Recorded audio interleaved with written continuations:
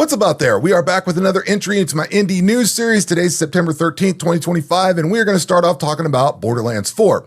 I love the original Borderlands. There was a point in time that the year that came out, I was super busy from like mid-October through mid-November. Somewhere in there was like a month of just nonstop work and busy on the weekends, and I was completely exhausted by the time Thanksgiving came out. And that was when I played the original Borderlands, and I just holed up in a room and played Borderlands that entire weekend. I loved the game. I thought it was awesome. The cell shading was really cool. It was unique for the time. I think there was some other games that kind of had that same style, but this was the first.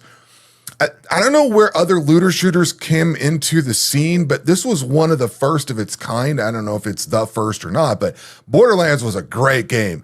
I played a lot of Borderlands. I tried looking on my Xbox achievements to see how much I actually played it. Those stats are all gone.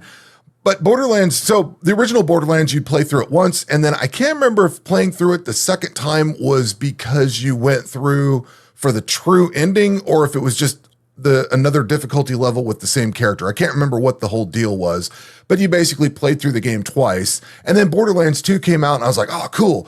But the problem with Borderlands 2 is it's just more of the same, which is not necessarily a bad thing, but it felt like I was still playing the original Borderlands. Like, I don't think it fundamentally changed the game enough. And I only played through that one once. I didn't bother with the second playthrough on that one. I was like, all right, I've got everything I wanted to see out of it. It was bigger and better in some regards, probably more guns and more stuff more quests and things like that. But it just felt like a repetitive thing. And I just didn't even bother with Borderlands 3.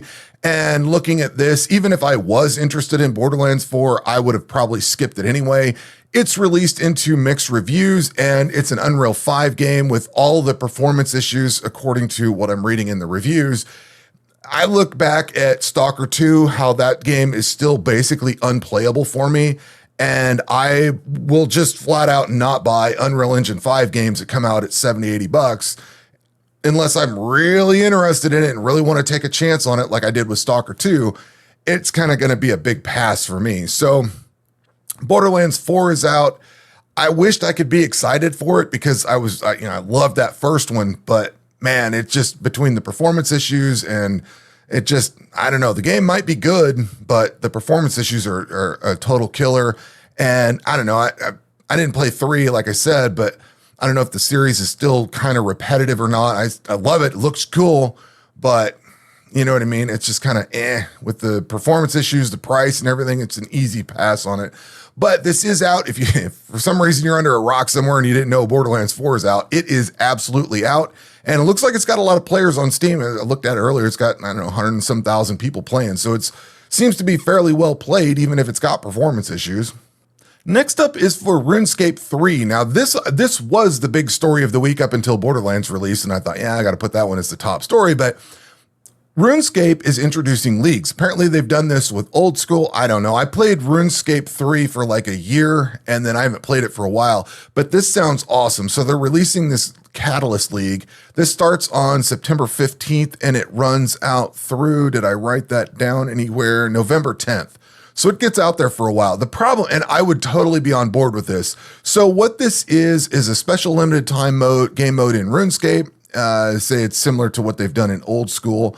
But basically, it sounds like it's a speed run, like you're going to have all kinds of stuff to go do. It opens up the map, and you can kind of go anywhere and do whatever you want. But there's different tasks to go do, skilling tasks, combat tasks, miscellaneous tasks, all this kind of stuff. And then you just basically speed run the game, from what I understand. And there's all kind of different, looks cool. There's a lot of different cool stuff in here. The only downside to this thing is because it's an event between September and, 2 months, probably, that's going to kill 2 months of time. So when I read this, I was like, man, I am so on board with it. And then I was like, I just can't do it. I don't have the time to commit to that because I'm still trying to finish off Path of Exile 2. I'm looking at, October 10th is when Battlefield 6 comes out. So it's bad timing for this. If I had the time, I would jump in and absolutely try this because this looks really cool. It's like RuneScape on crack. You just basically blast through everything. I think they said in here you've got increased XP or something like that. Where's it at? XP rates that start at 4x and grow stronger as you climb through the relic tiers. Like, it sounds cool. You can just speed run the game and blast through all of it. Like, it sounds awesome, but I won't have the time to commit to it. So if you're interested in it, this is starting very soon and it's going to run for a couple of months and it looks awesome. I would love to be able to participate, but there's just too much else going on. And sticking with the RuneScape theme, we have news from Runescape Dragonwilds in early access. They released a patch on Thursday, which is 0.9, which adds the much needed range skill, creative mode, and some custom world settings, plus some fixes and all that other stuff that's listed on here. Looks cool. And I liked what I played so far, but they did only have one of the combat styles. So I don't know if they've added, I don't know if this brings us up to all three of the combat styles, you know, melee, ranged, and magic, or if we're just still, well, I mean, it's in early access, but I don't know if we're up to the point where we've got all three of the combat styles, or this just adds a second combat style. I'm not sure. I haven't totally followed this, and this is the first news. This is the first patch we've had since I started doing this news series, so I haven't been exactly following it as closely as I would with the news. But at any rate, they've added ranged, new patch adds ranged, and hopefully this game continues to grow and becomes the RuneScape version of Valheim that we all hope it to be. Next up is Dragonkin the Banished. This is an early access ARPG, kind of like Path of Exile or Diablo 4, something along those lines. This is more of a 6 out of 10 or 7 out of 10 game. It's a little janky. I mean, it's definitely early access and everything, but it's not got any of the polish or finality that Path of Exile 2 has. Path of Exile 2 feels like an amazing game, and it's like an amazing game in early access. This feels like an early access game. But they are releasing the tracker update on September 16th for Dragonkin the Banished. This adds a new class with all new skills for it. They're also bringing in a couple of skills for all the other existing classes, and they're adding a new biome. So I'm looking forward to this. I like this game. I think it's very cool. I'm looking forward to revisiting it. It has different ideas in the ARPG space, so I'm always interested to see somebody do something new. So I'm very interested in following this, and it's good timing because I'm just about to get into maps in PoE 2. I think I'm at the final boss, or one of the, what you could consider a final boss before the mapping section. And then I'll be in there. So I should be able to just fire off and check this game out, or check this out when the patch comes out. But this is Dragonkin the Banished with the tracker update coming out September 16th.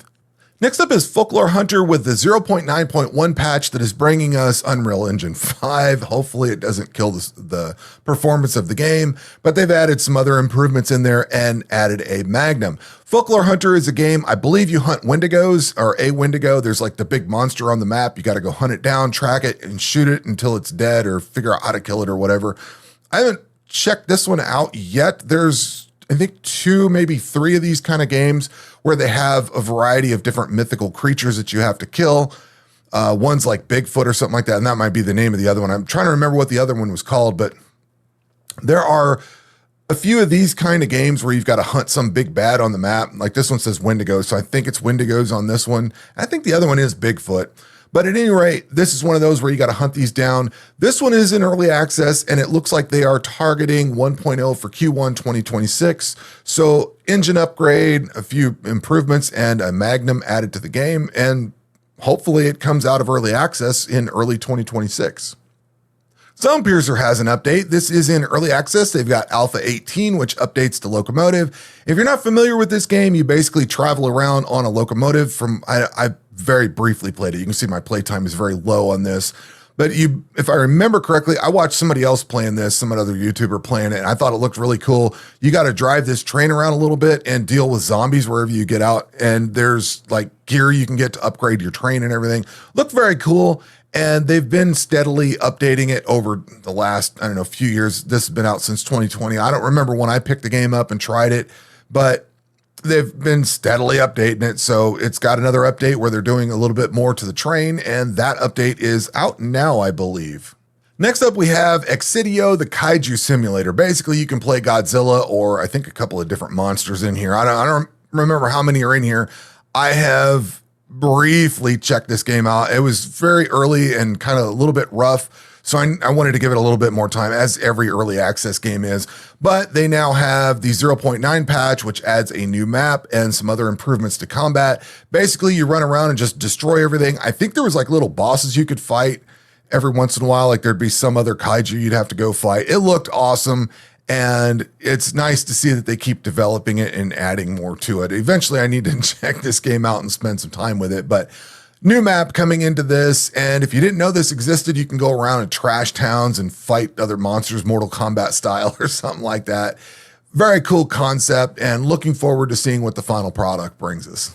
The boomer shooter Beyond Sunset is out of early access into full 1.0. This came out September 12th. There is a demo available. It is currently on sale for 25% off at $7.49. If you're interested in it, like I said, there is a demo. You can go check it out. There's a bit much platforming in this game than I care for. I suck at platforming and I suck at dodging, which this game has you doing a lot of both. So I'm kind of mixed on it, but the game seems really cool. You start off with a katana, you have to go kill a bunch of stuff, and then eventually you unlock a pistol. There are times where you have to deflect shots back at enemies before they give you the pistol. You have to take the katana and deflect stuff back. And I'm not really good at parrying or timing or dodging or platforming. So I don't know how well this game is going to work for me, but it seems really cool. It seems like it's got a cool story and a lot of good gameplay. Like I said, there is a demo and it is on sale. Give it a shot if you're interested in it and check it out. Looking into the future, we have Halls of Torment with a patch coming out on October 28th that adds the Bard Hero class, whatever they call it in here. They're also adding the Boglands DLC. This is a Vampire Survivor style game. It is currently on sale for $4.99 if you're interested in it, 25% discount. Very cool game. Maybe I'm a little bit biased, but I love a lot of the different Vampire Survivors games. So you'll see them as a recurring theme on the channel. I love the whole style of game. And a lot of these, while they may copy a lot of elements from Vampire Survivors, and some are directly just exactly like Vampire Survivors, they all have their own skills or unique take on the idea that they all play a little bit differently, at least all the ones that I'm going to mention, because I've enjoyed playing all the ones that I've picked up and played. But this has a big patch coming out on October 28th. And no look at the future would be complete without mentioning Path of Exile 1 with the 3.27 expansion coming out at the very end of October. So very much looking forward to that as usual. And then to close the video out and bring us home, I saw Lucky Tower Ultimate had some news. There is a autumn patch that's bringing a couple of new features or something like that to the game. More importantly, this is an early access game. It's like a little platformer. It's a rogue style platformer, and you can die in some of the most absurd ways. We've looked at this on the channel. I thought it was really cool, but it's in early access. So, you know, I play early access games for a little while and then I wait for them to come out into full release. So there is an autumn patch coming out for this one soon, but more importantly, it sounds like they're trying to get the 1.0 version of the game out in Q1 of 2026. So a few more months and we'll have the full version and it'll be time to revisit this one. I thought this game was hilarious. You walk around and die in absurd ways. But that is going to do it for this video. We will catch you on the next one. Take care.